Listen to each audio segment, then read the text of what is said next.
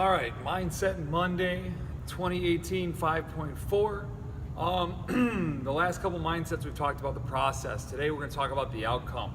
The outcome, what is it? Well, it could be your time at the end of a race, which a lot of people focus way too much on. One reason why I don't like focusing on time is because of the fact that you are testing yourself you're testing yourself against yourself on your best day, right? So if you're testing yourself against yourself on your best day and you're not having your best day, you're not going to go your best time. It's just the way it is. It could be the lack of sleep, it could be nutrition that day, it could be that you've had a couple events beforehand, or you're at the last day of a 3-day meet. If you're focusing on your time, then the outcome is never going to be exactly what you want it to be.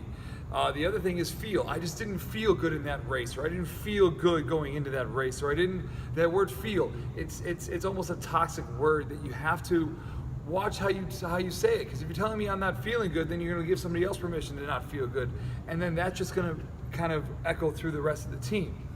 Regardless of how you feel, you guys can do the best thing for yourself and just get in there and compete and just be happy with the result. A friend of mine went and swam the mile, and he had the flu, wound up getting his best time and beating the pool record without even thinking about it. So the best things can happen even though you're not feeling 100%.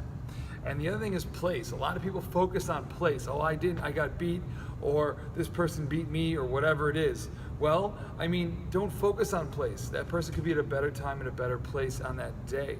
So the idea that you're focusing on place as a measure of your success, it doesn't make sense to any of us as coaches, okay? So how do I coach outcome? Personally, I don't coach outcome. I avoid it.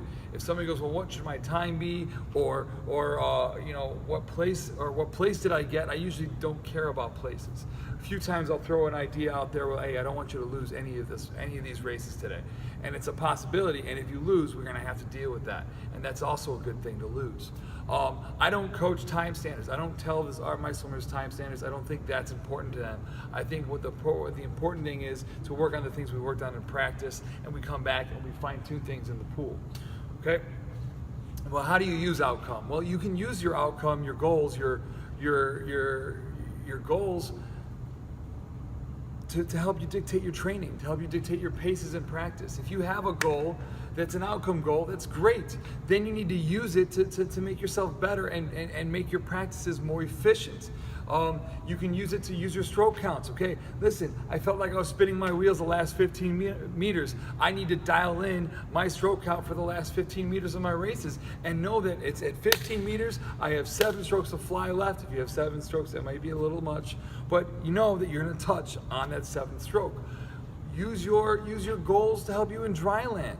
Okay, usually the first person to lose a race is the first person to lose a line. So if you're doing a plank set in dry land, that's going to give you that much more motivation to stay stronger in that plank set.